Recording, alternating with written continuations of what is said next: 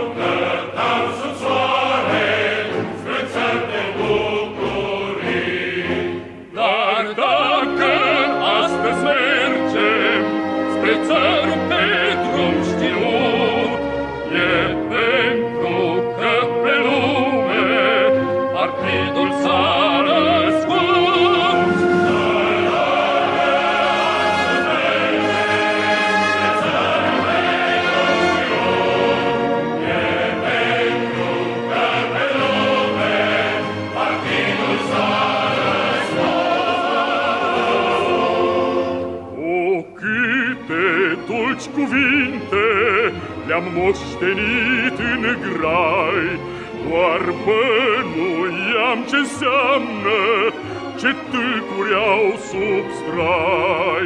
Dar dacă astăzi tâlcul de plin l-am priceput, e pentru că pe lume partidul s-a născut.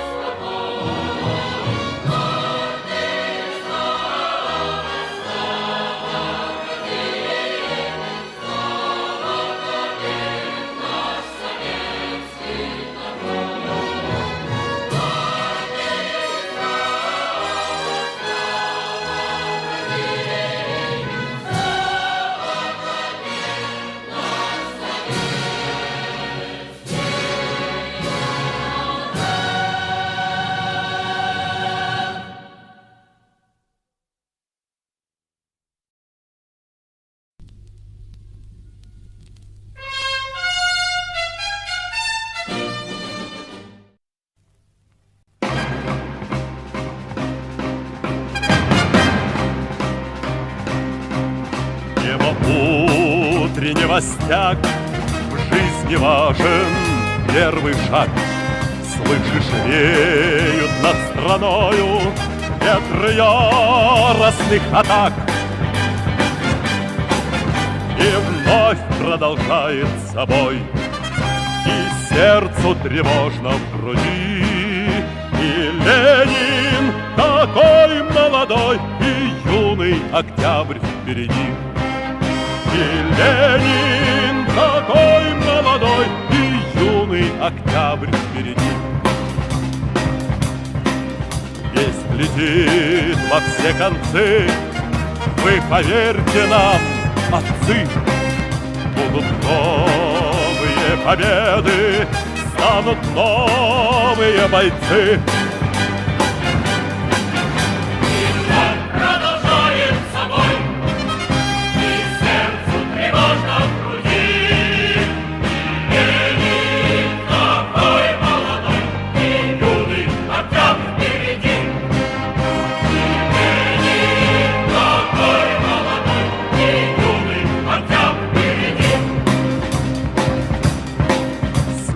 Милости не жди, жизнь для правды не щади. Нам, ребята, в этой жизни только с правдой по пути. И вновь продолжает собой, и сердце тревожно в груди. И Ленин такой молодой, и юный октябрь впереди.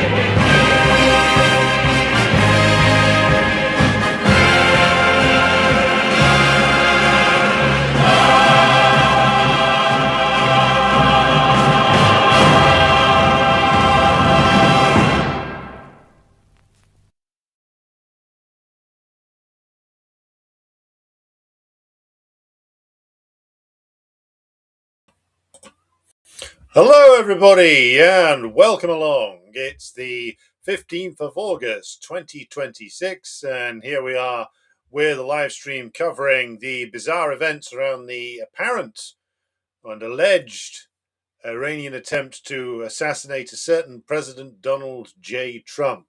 Now, of course, if you believe the official story about the Iranian threats to Trump's life, you are probably either a heavily invested Zionist or somebody who's received a severe head injury recently.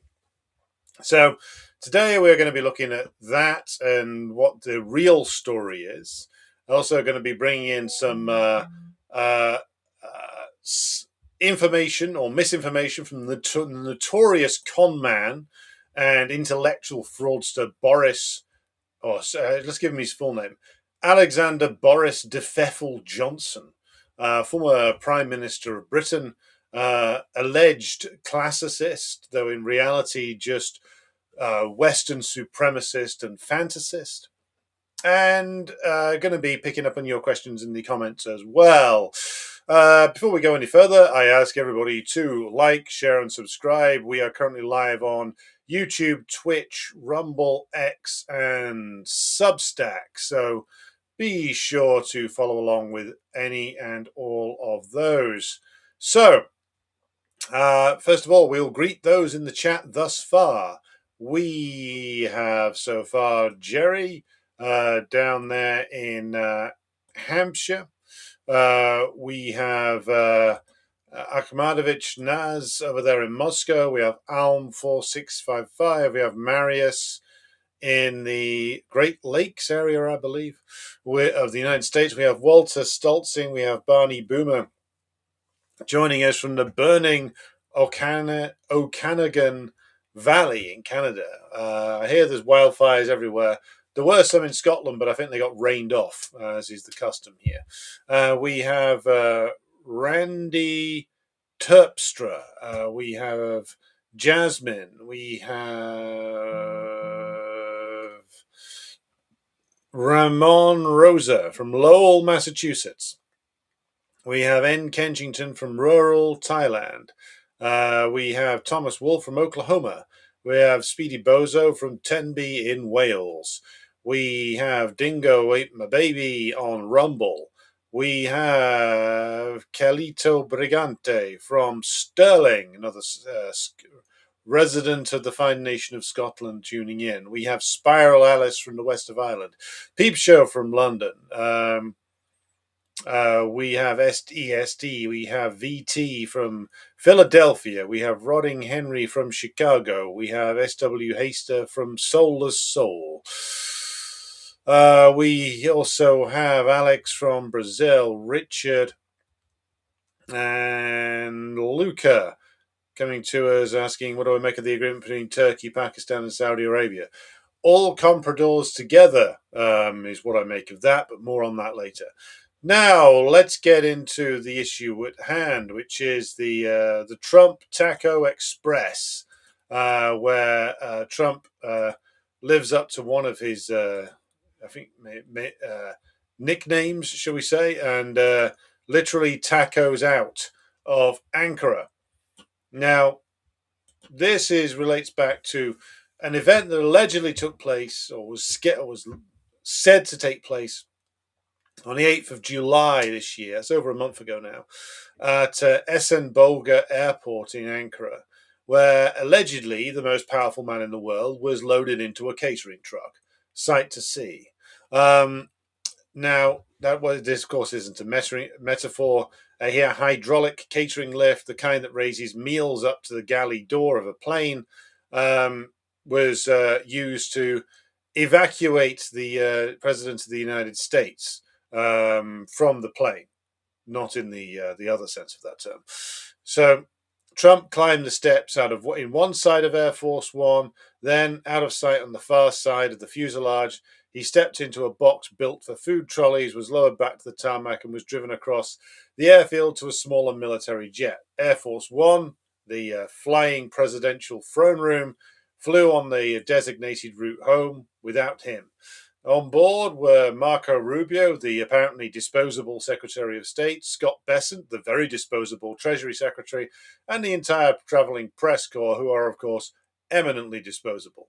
None of them were told that the president wasn't there. They were, whether they knew it or not, a decoy operation for an alleged Iranian plot, because Iranian operatives, it was said, were planning to shoot down the president's plane with a shoulder-fired missile. Which leads us to the first question here. Could a shoulder-fired missile really take down Air Force One? I mean, you look at the specifications of that plane and all the different methods of air defense it has available to it. I'm pretty sure that shooting it down with a shoulder-fired surface-to-air missile is a hard job to carry out. So, but that, of course, goes towards the credibility of the story, because it turns out there was no credibility.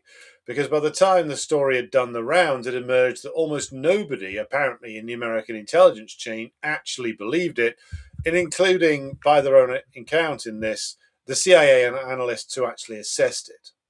So, There's three things in this segment that we're going to talk about.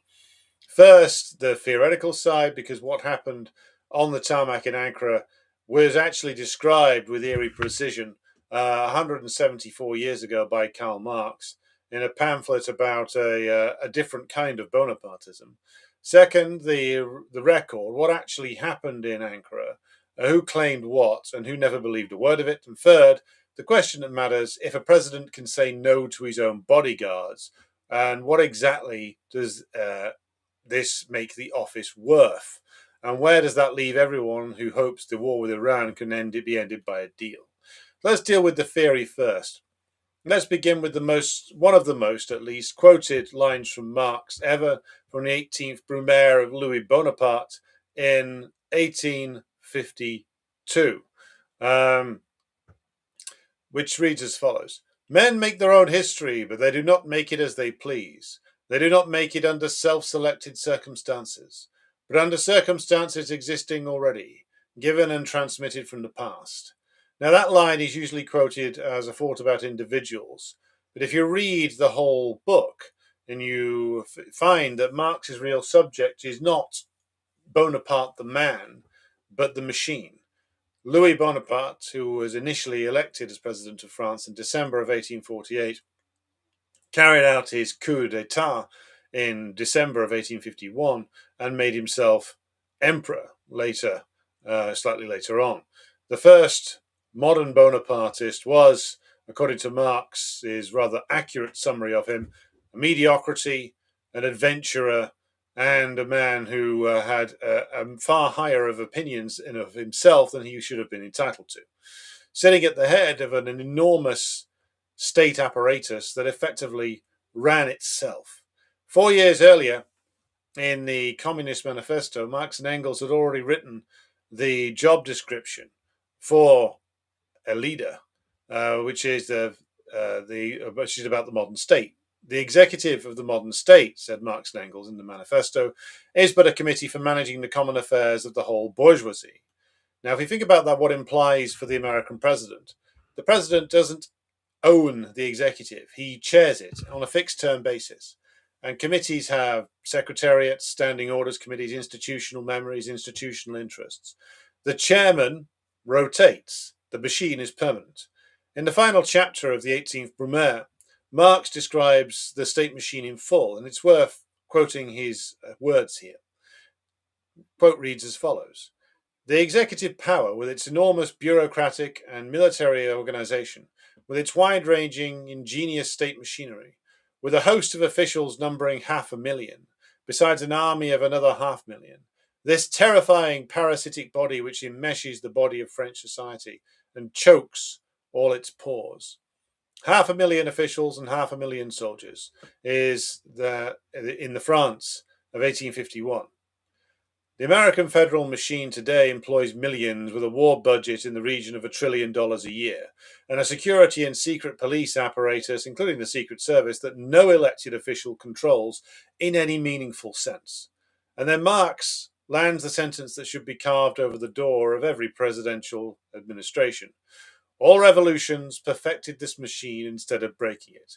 Every incoming government, and this matters for tonight's subject, so bear this in mind, including Trump's supposedly populist takeover of the Republican Party and then the state, promises to master the state machine. Every one of them inherits it, depends on it, and further perfects it. Marx again here describes what happens once the apparatus has outgrown the society around it. Quote, only under the second Bonaparte, that's Louis, does the state seem to have made itself completely independent. The state machinery has so strengthened itself vis-a-vis civil society that the chief of the Society of December the 10th suffices for its head, an adventurer dropped in from abroad. Read that again. When the machine is strong enough, almost anyone suffices as its head. The office produces the president more than the president commands the office. Marx even hands us the precise formula for the illusion. A nation, he writes, seems to have escaped the despotism of a class, only to fall back into the despotism of an individual, and what is more, under the authority of an individual without authority. an individual without authority, the supposedly most powerful man in the world. Keep both of those phrases in mind as we talk further on this subject. One more quote from 20 years later after the Paris Commune. In the civil war in France, Marx drew the conclusion, quote, "The working class cannot simply lay hold of the ready-made state machinery and wield it for its own purposes.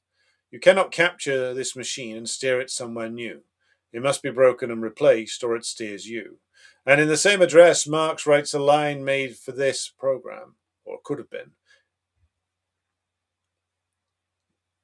The ultimate form of state power is that of course, capitalism going into its imperial form.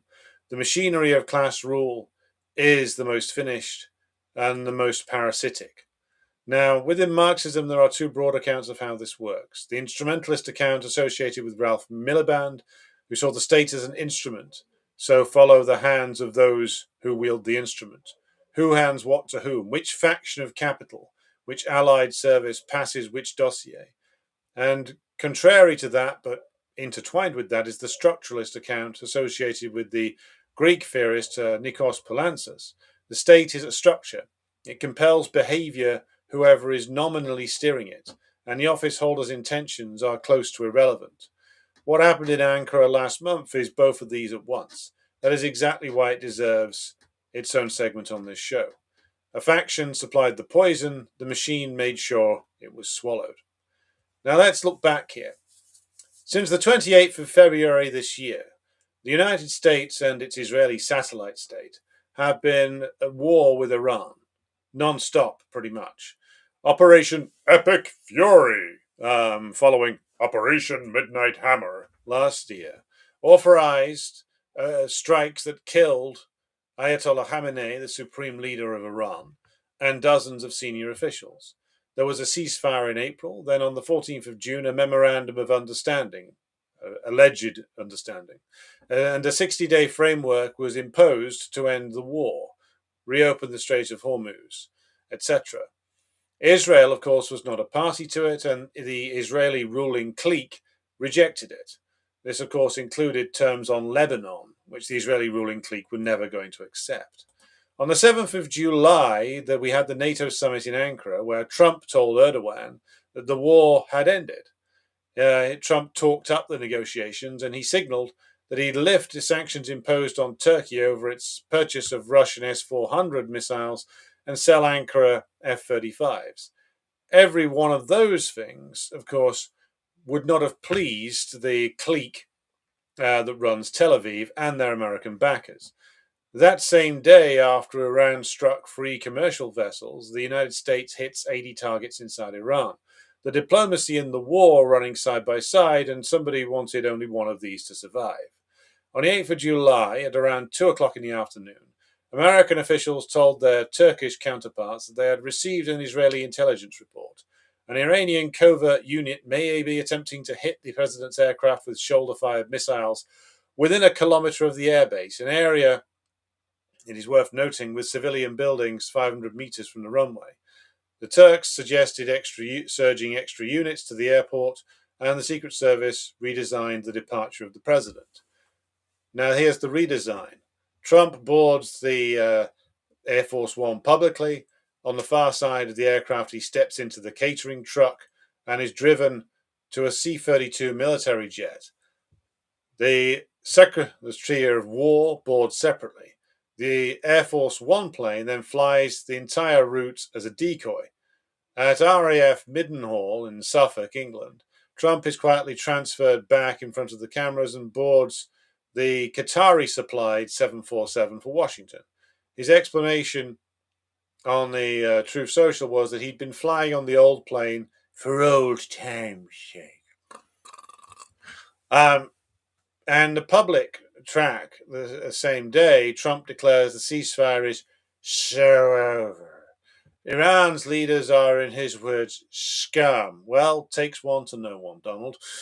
He threatens, again, Iranian power stations, Iranian desalination plants to invade Karg Island, and he announces that this is a president marketing his own apparent targets, that he is, quote, Number one on the list for killing by Then the story, of course, gets built. On the 9th of July, the Wall Street Journal reported that Israel had shared the intelligence indicating a fresh Iranian plot against Trump's life. The same week, two American officials tell Israel's Channel 12 that the material was general dialogue rather than a specific plot, passed over, they said, to improve Netanyahu's relationship with Trump and to influence American policy. At the late Supreme Leader's funeral in Mashhad, conveniently for everyone, a placard popped up, "We will kill Trump," conveniently written in English, it would seem. Then in August, that story gets dismantled. On the 10th of August, the Washington Post reveals the whole deception operation, the catering truck, the decoy, and notes that it flatly contradicts what the White House said publicly at the time. On the 11th of August, Middle Eastern Eye reported that Turkish officials believed that the Israeli report was fabricated.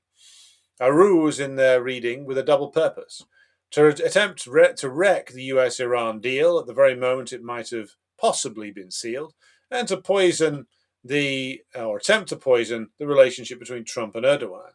Ankara searched for the Phantom missile team and found nothing.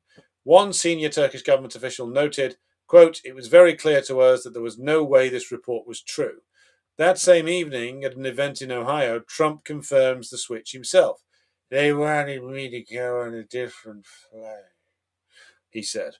12th of August, and here we go to CBS, and their report that the National Security Agency and the Central Intelligence Agency and Turkish intelligence had all picked up, quote, "streams of information pointing to a so-called credible plot," and then in the same report concedes that the alleged missile team was never detected. The New York Times adds a man supposedly spotted near the summit with a launcher, and Iranian knowledge of which floor the building Trump was sleeping on. And the Washington Post reports that the CIA's own analysts made of the Israeli material a verdict that it was not compelling. In the words of one senior US official, the intelligence was, quote, "Israeli derived, not US generated, and viewed as low confidence." On the 13th of August, the Washington Post confirmed the Turkish account. Iran's Foreign Minister Abbas Araghchi responded, quote, "Worse than fake news is fake intelligence." And now we must step back, because Ankara is not the first of these stories. It is at least the fourth fake assassination plot talked up by the same dubious sources against Trump. And the earlier ones have all been dissected already.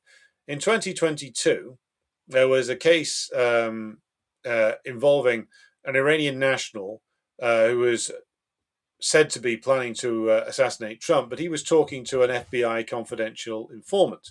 The only money that ever moved was $100 in cryptocurrency to the informant's wallet. The defendant concerned never left Iran. So that was the first fake case. In 2024, there was the merchant case.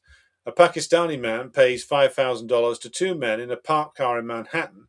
The two men are undercover FBI agents. No final target is ever selected. He was convicted this March after testifying that he was going through the motions, expecting to be caught to supposedly protect his family in Iran. In 2024, again, we have the Shakari case, the one which was formerly charged with an Iranian plot to kill Trump. The Trump element rests entirely on the defendant's own telephone calls to the FBI from Tehran, calls in which he also said he did not intend to deliver any plan. Now, there were two real attempts on Trump's life, supposedly, one in Butler, Pennsylvania, and one on a Florida golf course, both carried out by Americans with no Iranian link. But remember, the one on the Florida golf course was reportedly carried out by a man with very strong links to Ukrainian ultra-right wingers and to American intelligence, given that he was actually staying at a hotel on an American military base when he carried out his plot. And he was a regular visitor to American military bases. So there was no Iranian link to those assassination plots, which at least involved one man getting arrested and another man getting killed. Now, the famous September 2024 intelligence briefing about, quote, real unspecific threats from Iran. This was requested by the Trump campaign itself, and Trump officials briefed afterwards that it contained no new plot. The State Department posted a $20 million reward 2 days later anyway. 6 years of Iranian assassination plots since 2020. No Iranian operative was ever indicted, no weapons ever seized, no Iranian assassination team was ever found. Every element traces itself to an informant, an undercover agent, or a defendant's own self-exculpating words, or, of course, an Israeli source. And the pedigree is, of course, older still. In 1940 to 41, British security coordination ran forgery and black propaganda inside the United States itself to propel the United States into the Second World War, including a fabricated map of supposed Nazi plans for South America, handed to Roosevelt and used in a presidential speech. 1954, the Lavon affair, Israeli false flag bombings of Jewish areas in Egypt. 2002, Netanyahu testifies before Congress selling the Iraqi weapons of mass destruction nonsense. In 2016, you had the Steele dossier. Foreign intelligence services shaping American presidential decision-making is not an aberration. It is routine intelligence tradecraft aimed at the center of the imperialist system, because the center is where the decisions that matter get made. Here, we look at the results. What happened here? Let's judge this intelligence the way that Marxists judge everything, not by its content necessarily, but by its function. What did it do? Now, within hours, the potential for a ceasefire between the US and Iran was declared dead. The strikes on Iran resumed. The memorandum of understanding, so-called, to end the war was fatally damaged. The talk of sanctions relief and F-35s for the Turks froze. Turkish mediation was cast into doubt. And nobody, not the Turks, not the Americans, not anyone, ever found a missile, a launcher, or an Iranian assassination team. Now, the plot did not need to exist. It only needed to be reported. This is the temporal structure of war propaganda, and we have lived through it before. The claim travels first and does the strategic work. The skepticism arrives weeks or months later as a footnote when it can no longer reverse anything. Iraq, the aluminium tubes on the front page, the corrections buried inside the paper, months later. And note the point about the press. Its deference to the intelligence agencies is not naivety. It does not survive the Iraq debacle by accident. The same outlets that were burned then ran the Anchora story with the sourcing in paragraph 15, because transmitting the state's threat claims is their function within the imperialist state apparatus. They are not failing at their job, they are performing their job. And the Trump paradox completes the picture. The one president in living memory willing to say the intelligence community was playing him, but only ever when the play was against him personally. Russiagate, the deep state, etc. An actual war constructed by the same methods, and he climbs into the catering truck without a murmur. And notice that what his revenge achieved. He tried to purge the agencies and installed loyalists, and the manipulation simply rerouted, this time through a foreign allies, or foreign puppet states handoff, Israeli-derived intelligence. You can change the personnel of the machine still produces the same results. All so-called revolutions perfect it, none break it. Trump certainly hasn't got any intention of breaking it. He had no more intention of taking on the deep state than someone like Barack Obama would have done. Now, this brings us to a strategic question, which is, if the office cannot say no, that is, the office of the president cannot say no to its own security detail, if a low confidence report from a deeply biased foreign source can ground Air Force One, and can cause the president to be stuffed into a catering truck, can kill a ceasefire and resurrect a war inside a single day, then no occupant of the Oval Office will ever be able to deliver a peace deal. Not the so-called deal maker, not the isolationist, not a maverick. Trump's none of those things in reality. the forces capable of breaking this dynamic are not inside the White House, and they never were. They are always outside the machine and against it. This is what Marx meant when he wrote to Kugelmann in 1871 while the Commune was still fighting, that the task was no longer to transfer the bureaucratic military machine from one hand to another, but to smash it. The plot in Anchora, or the fake plot, I should say, is what the alternative looks like. The machine runs the politicians, and the politicians do what the machine tells them to. So, on the 8th of July, the mythology of the American presidency met the reality of it. The myth says that the man commands the state. In the reality, the state put the man in a box marked catering and flew on without him. Men make their own history, but they do not make it as they please. Not even, perhaps especially not, the man who allegedly possesses the nuclear football. Right.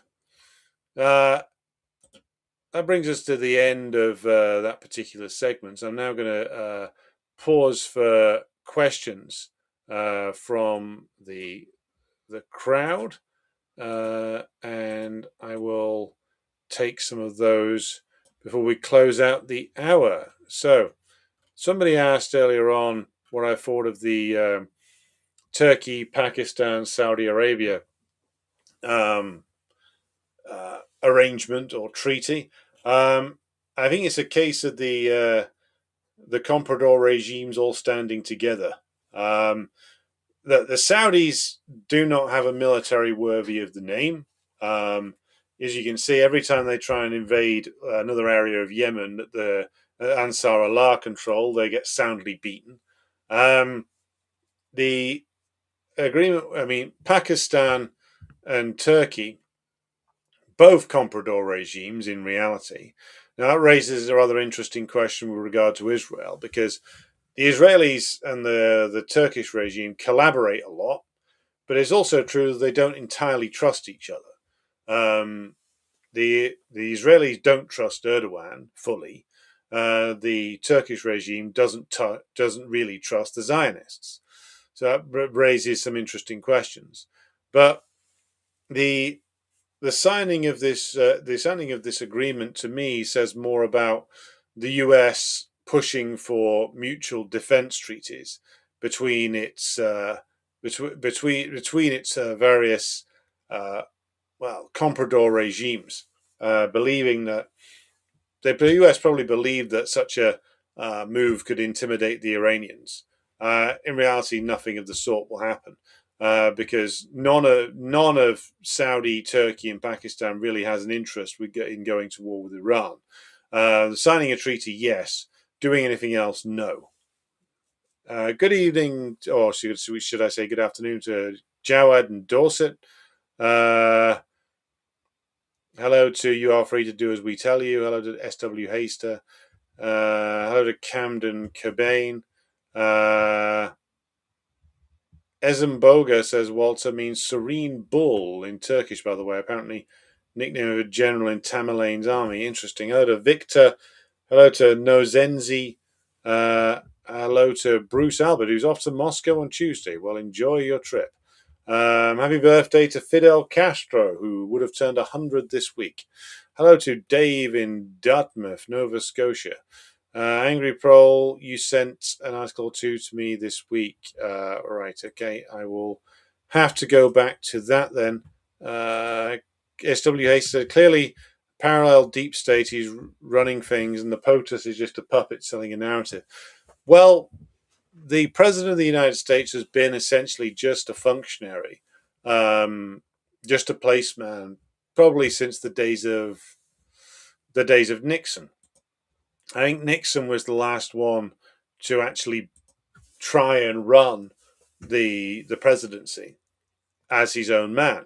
Now, you don't have to agree or particularly like Nixon or his politics to recognize that point, but it's why he was disposed of. And he was disposed of for engaging in the kind of behavior that many other presidents had engaged in.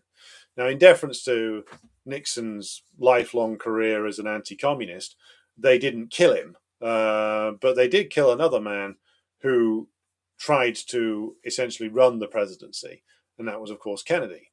Now, a lot of people who call themselves Marxists get very upset about such things and start talking about conspiracy theories, etc., and how it doesn't matter who sits in the chair.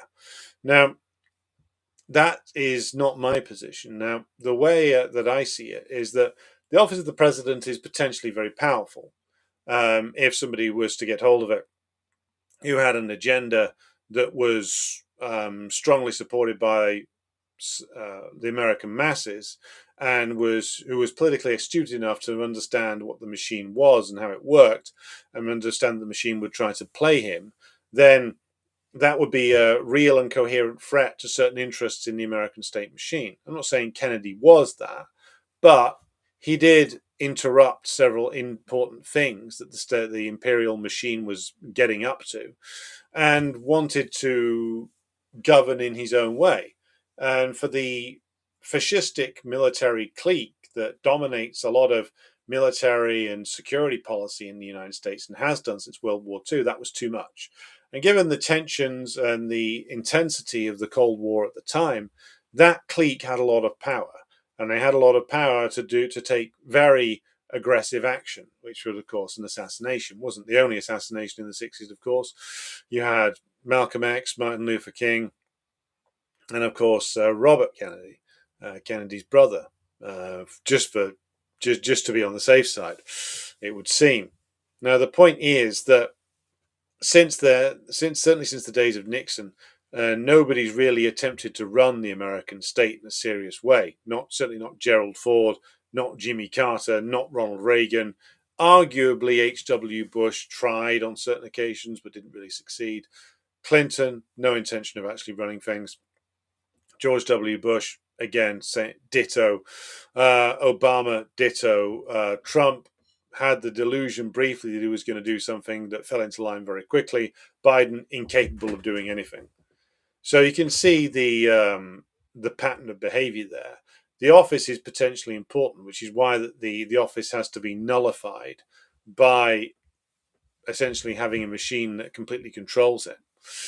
And again, there's no contradiction here between a Marxist understanding of the state and a fascist clique, which is what you have in the United States, plotting to assassinate anybody who gets in the way, basically. Yes, let's just go through any further comments here.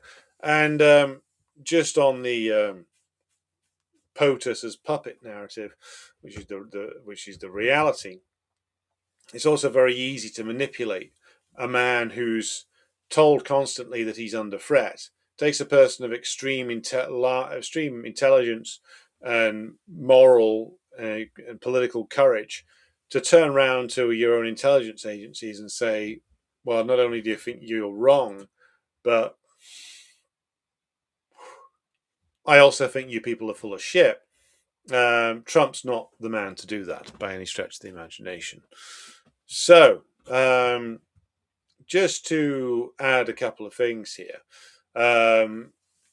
we have more programs coming up this week. So we'll have another live stream for you tomorrow at around about the same time. Then on Monday of the next week, I'll have at 4 p.m. on Patreon the next installment in the series on Marxist state theory. And we're going to be reading from this selection, which is volume 28 of the collected works of Lenin, which is the book that contains The Proletarian Revolution and the Renegade Kautsky. Great title. Going to be reading that as our next study piece in the Marxist state theory course. So Monday at 4 p.m. for that one. Wednesday at 4 p.m. for the next installment in the Marxist economics course, which will be a study of chapter 2 of Contribution to a Critique of Political Economy. Then on Friday on Patreon, we have the regular Q&A. So Monday, Wednesday, and Friday for the Patreon shows. Sunday, Tuesday, and Thursday for live shows on here with clips to be selected and put out afterwards. No live Decline and Fall show until early September because my comrade co-host is away for a while, what we will be doing is re-releasing some of the very old stuff with upgraded sound. So you can look forward to our review of the Chris Morris directed classic Four Lions coming out in the next few days, followed by more stuff from the archives. So keep an eye out for that. But just a brief one today, where I'm just gonna go through this Trump plot. So I'll be back again tomorrow with more comprehensive coverage of current events, including updates on the Ukraine war, the Iran war, and other related issues. So please join me again tomorrow. Thank you for